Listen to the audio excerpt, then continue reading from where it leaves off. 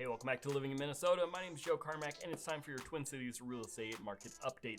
And this is going to be a special edition for you this month. We're going to do a 6-month recap for the first half of 2022. There's really 3 things we're going to talk about in this video. First is going to be what's the data saying on a hyper-local basis just in the Minneapolis St Paul area. Second, how does that affect you? So if you're thinking about buying a home or selling a home, what should you expect? And then third, what's my predictions for the future of the rest of 2022? So that's what we're gonna be talking about in this video. Let's get started.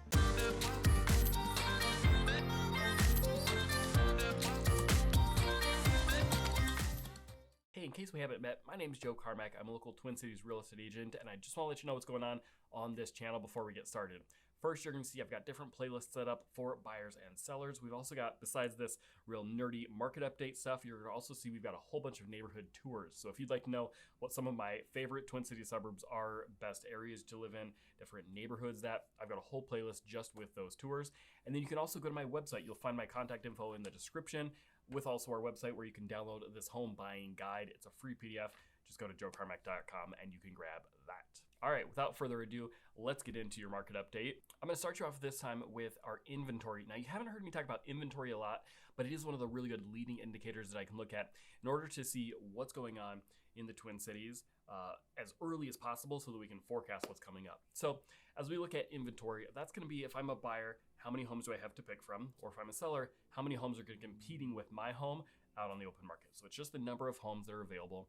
If we look at the past couple of years, we'll look at last year and this year, you can see inventory for last year. This is from starting at 0 with January. How much did we come up in the first half of the year? And it came up 38.8% January through June of last year. So as far as this year goes, we're looking at 50.9% up, again, from January this year through June. So that's obviously a pretty significant increase. You can see we're up, we've got 12.1% more inventory for our buyers and sellers out there. Some people in the news I am seeing on TikTok are all these stupid little clips of people saying, oh, inventory's spiking, we're doubling this, we're tripling that, oh gosh. Here's what you need to understand. For the last 2, 3, 4 years, we've been praying for more inventory, so it's finally showing up. This is a really, really good number. I would tell you, if this was like month over month we were seeing this kind of increases, that wouldn't be a good indicator. But the fact that over the first 6 months, we're seeing 12% more inventory is actually a really, really good sign. It's meaning that our buyers can actually breathe a little bit more. They can actually take their time a little bit. I was shout out to Chris and Debbie. We took them out looking this weekend, and they were actually able to get a second showing on a home. I mean, I haven't seen that in years because it's moving so quickly and it's so competitively. So inventory up 12% is a really, really positive number. Let's switch over now to our actives versus pendings. Now, this one's gonna be pretty interesting. Stick with me a little bit, but basically if 100% is we have the same number of actives and pendings, if we go down from there, it would be more actives, up would be more pendings. So if we look at last year, 2021, you can see we had 7,500 pendings to only 5,200 actives. And so as a percentage there, that was 144% of our actives were pending, okay? Now with this year, you can see it's actually the complete opposite, which is flipped. So that's pretty interesting. As a percentage, you can see we've got considerably more actives than we've got pendings, and we're sitting at 85.8%. So really, we're looking at that as a 58-point swing from last year to this year for the first half. Excuse me, this is not the first half. This is the week of July 27th, you see there.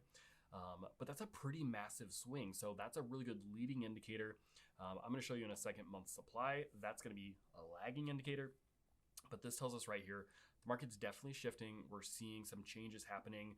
Again, we've been praying and hoping for those for quite some time to not be so competitive, such a strong, extreme seller's market.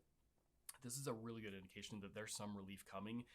This is probably in part due to the interest rates that have changed, but because we're seeing that, that's a really, really positive number. Next up, let's look at that month supply of inventory. So this is gonna be that relationship between buyer's market and a seller's market. So let me get out my little pin drawing tool here. If we had a perfectly balanced market, which it never stays balanced, but that would be somewhere between 4 to 6 months supply of inventory. So this would be kind of your equal market. If we're down here, that's a seller's market. If we're up here, that would be a buyer's market. So over the last 10 years, you can see we've never been even remotely close to a buyer's market. We've not even been if we average this annually, it's not even been close to being a balanced market for well over 10 years. And we're just an extreme seller's market still. Something that, again, if we go back to, the tabloids and all these talking heads that are sensationalizing everything, if the real estate sky was falling, so to speak, and we were seeing massive shifts happening already, I would expect that line to be spiking upwards, okay? So the data is saying currently we're just not seeing that. This is reporting us through June, okay, so through the end of the first half. But with rates that started going up, I'm going to show you in a second, March, April, May, and then June were all really high interest rate months. We started spiking in March. That's kind of when that big shock happened and everyone was like, oh crap, gas prices are up, inflation's up, and now interest rates are up. That's when our market kind of took a big breath. Some buyers could no longer qualify. Some just out of fear or emotion just stepped out of the market.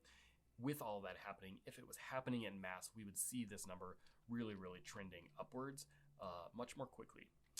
We will see this happening anyways, okay? So this is always, again, the lower points are during the winter months. The bottom of those valleys annually would be January typically, and then the peaks would be during July and August. I'm sure that we will probably see this going up in July, potentially August too. I wouldn't be surprised by that. That is partially normal seasonality and partially those bigger changes that are happening in the market. However, we're really not going to see that start to spike up really too significantly. I'll give you a little more information about what I think is going to be happening, again, coming up at the end of the video, so stick around and we'll talk about what the next 6 months is going to look like as far as that swing from being extreme seller's market to potentially more of a balanced market. Next, I want to talk about what prices are doing in the Twin Cities. This is obviously what seems to be most forefront for most people's minds. It's not the main thing, but it's definitely what gets people a little more triggered in their decision making, because it can be really affected by what prices are doing, how much they qualify for, how much their payment's going to be. So it is a big deal, and it all starts with your interest rate. So let's go back to this graph that I've shown you from Freddie Mac, showing what our interest rates have been doing. Kind of like I was saying, if we, let me get my tool here, kind of around March 1st timeframe is when rates started to spike up, okay? We saw those peak right around here, mid-June for, I think it was about 5.8 was the highest. They have since come down. I did see the last couple of days this trended a little bit lower, so they have spiked and come down a little bit. I'm not even going to predict what rates are going to be doing. I suspect they're going to hover around mid-fives, but it's really anybody's guess what the Fed's going to do and how the market's going to react. So with rates going up, we would expected, if the sky is falling and if that market had a huge reaction, as much as people are trying to make it seem like, then we would expect our sale prices to have come down pretty significantly, especially with our June numbers. Here's what our sale price numbers have been doing in the Twin Cities. We're up about 5,000 in June from May. So again, not a significant change, and it's pretty typical for seasonality. We really didn't see our sale price numbers get hit at all from those interest rates hikes. Okay, so again, our rates would have hiked right around here. So, if you were to say that because of the rates spiking, then all of a sudden that's going to smash prices down, it's just not happened. What is really important to also understand is, because I promise you're going to hear it in the news media, is, they're saying, oh, prices are down from June to December. That happens all the time anyways. That's not something new. People that are uneducated may not understand. This is going to be January's, this is going to be June's, this is going to be that winter to summer, and it happens every single year, and it has since the beginning of time. So we are going to see prices come down from June through December, which we always do anyways, and we would absolutely expect that. The question is really going to be how much. Now let me break down a little bit more exactly what happens from that peak to the valley of the winter, okay? So track with me here. This is 2020. You can see in the first half of the year, our sale prices from January through June went up 13%. If we look at a January to January number, that's 11.5%. So in that year, what was that, at 1.5% from the peak that it came down? 2020 was kind of wonky with those numbers. So let's look at 2021. You can see here, first half we went up 16.3 from the valley to the peak. And then for the year, once we came back down in the winter, January to January, it was up 10.1% last year in the Twin Cities. What are we looking at for this year is really the question. Well, so far, first half of the year, we're up 14.1%. So if you average the 13 and the 16 out, we're pretty much right where we should have been, actually. It is a touch lower. I think that was a 0.5% lower than the average of the last couple of years. But we're pretty much on track. again, with rates spiking March, April, May, June being high, then you would have expected that number to come down if all of a sudden, all the demand was coming out. If we were going to hit this major recession, that's not the case. In fact, sale prices have actually gone up in 5 out of the last 6 recessions. So just because we're in a recession does not mean home prices are coming down anytime soon. Hopefully, it will just mean that we don't keep going up in those double digits. That would be really good for the greater economy. Everyone would be pretty much rejoicing because then you could buy a home a little bit more affordably, but they're not coming down. I just suspect that they'll go up slower and a little bit less than they have in the previous years. Okay, so now that we've got an idea of what's going on with the data in our local market, let's talk about exactly what changes I'm seeing and what I've seen for the first half of the year that I think are going to affect you the most. Let's start with if you're buying a home in Minnesota. It doesn't matter really if you're moving to Minnesota or if you're already local and living here, maybe you're buying your first home or something. Or a move-up home. For my buyers, I'm typically seeing more days on market and I'm seeing more price reductions across the board. More of the homes that we're looking at they're not flying off the shelf the day they hit the market. They're not necessarily in multiple offers that first weekend. We've got a little bit more time, and I am seeing some of those extremes. If you've been watching my market updates from the past, we were talking about how buyers were waiving inspections, 50, 60% of the time. That number has come down dramatically. It's probably, I would guess, 20 to 30% with my most recent numbers. So buyers are able to get a little bit more reasonable and kind of equitable terms with the sellers. They're not going up and over typically as often. And again, they may be getting an inspection. They may not be putting money towards an appraisal, gap deficiency, that sort of thing. As far as our sellers go, it's the same story, but on the opposite side. So with my sellers, first of all, you cannot price aggressively on your homes. With us going into that normal seasonality with sale prices coming down and just with the macro shifts happening in the market, if you are being aggressive with your sale price, you're really pushing that top dollar we think you maybe could get, it's very unlikely that you're going to get it, and you're most likely going to be sitting on the market for weeks at this point, and then you'll be doing price reductions. It's going to be really miserable for sellers that take that approach. Instead, even with any market, but especially right now, I'm encouraging my sellers, you're going to want to be a little more conservative on that list price. If we think your home could sell between $500 and $525, we're probably going to want to err on the side of $500 so that we can still hopefully have a really good perceived value in those buyers' minds. We're going to market your home to the nth degree. It's just that much more important to get it staged and looking really, really nice. The video and the Facebook ads and all the different things that we do to help get your home sold. If we do price it a little more conservatively, like at the 500 mark, then hopefully it will sell at that or potentially over. If you are more aggressive, there's a very good chance that it'll sit on the market a little bit longer and then it'll sell for a lower sale price than you would have otherwise gotten if you had just priced it conservatively to start with and then let the market dictate where it lands. As far as days on market, it's really changing quickly, but right now I'm seeing their average days on market is about 20 in the metro. That's kind of a loose number, but generally, whereas before we were seeing homes selling first weekend, no problem, pretty much every time, often in multiples, we're now looking at it going, all right, if we get it sold within about a week, we're looking pretty good. 2 weeks is not terribly uncommon. If we get you to 2 weeks on market, we're going to need to do a price reduction almost definitely. But again, that's not uncommon, okay? So sellers really going to need to change their mindset of it's not going to sell instantly for this crazy high number.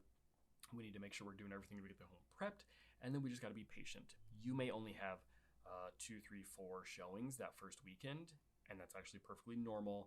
It's not something to be concerned with. It just requires a little bit more patience from the sellers. So let's land the plane with number 3, and potentially the most important part of this whole conversation is where do we think things are going in the future?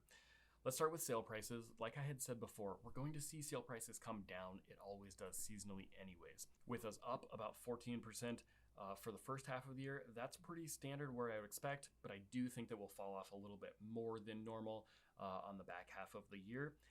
Who knows? Maybe we'll be up 5, 6, 7, 8%. I think is pretty realistic.